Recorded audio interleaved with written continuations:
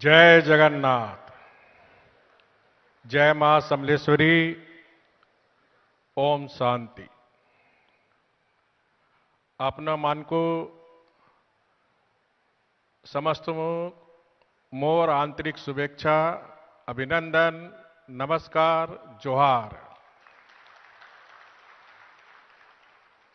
राष्ट्रीय शिक्षा मिशन अभियान के शुभारंभ पर मंच पर विराजमान दुनिया के सर्वाधिक लोकतांत्रिक देश भारत के महामहिम राष्ट्रपति आदरणीय श्रीमती द्रौपदी मुर्मू जी, भारत के माननीय मंत्री मानव संसाधन कौशल विकास उद्यमिता सम्मानीय श्री धर्मेंद्र प्रधान जी, उड़ीसा सरकार के वाणिज्य परिवहन एवं जल संसाधन मंत्री श्रीमती दुकनी साहू जी, रेंगाल के एमएलए श्री नौरी नायक जी, संबलपुर सब जोन निदेशक राजयोगिनी श्री बीके पार्वती जी, माउंट आबू के शिक्षा निकाय के उपाध्यक्ष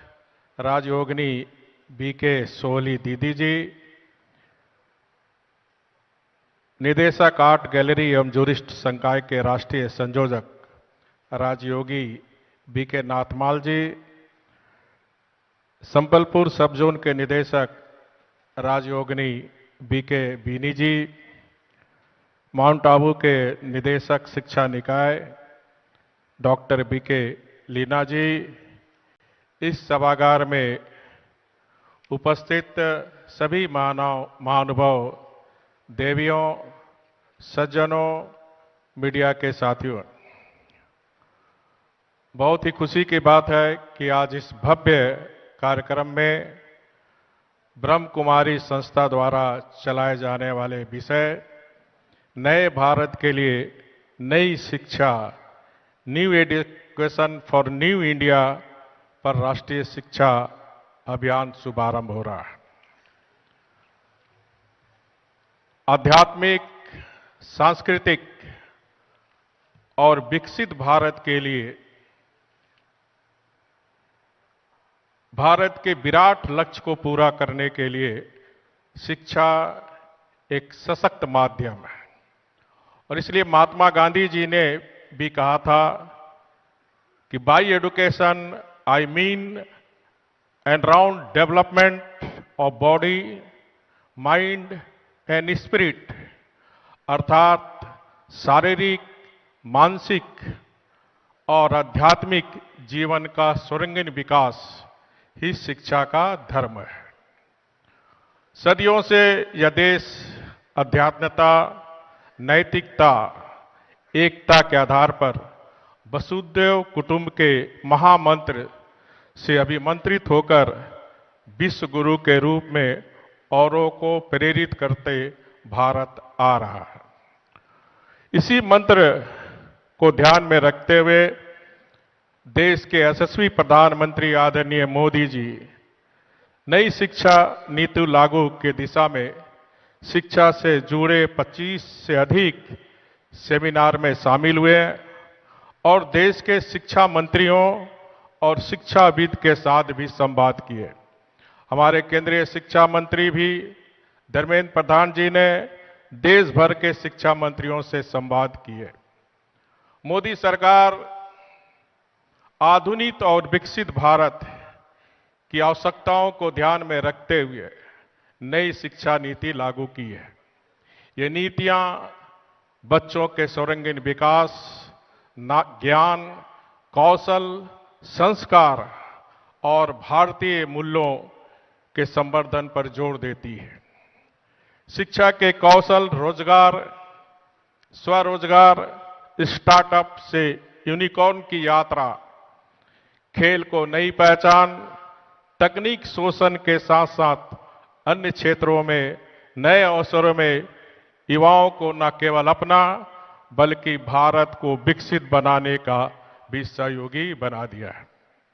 आज की युवा पीढ़ी नए भारत के लिए अमृत पीढ़ी है, जो आने वाले 25 वर्षों में जब देश की आजादी के 100 वर्ष हम मनाएंगे तो देश को एक नई ऊंचाई पर ले जाएगी, भारत को आत्मनिर्भर और भारत को विकसित भारत बनाएगी।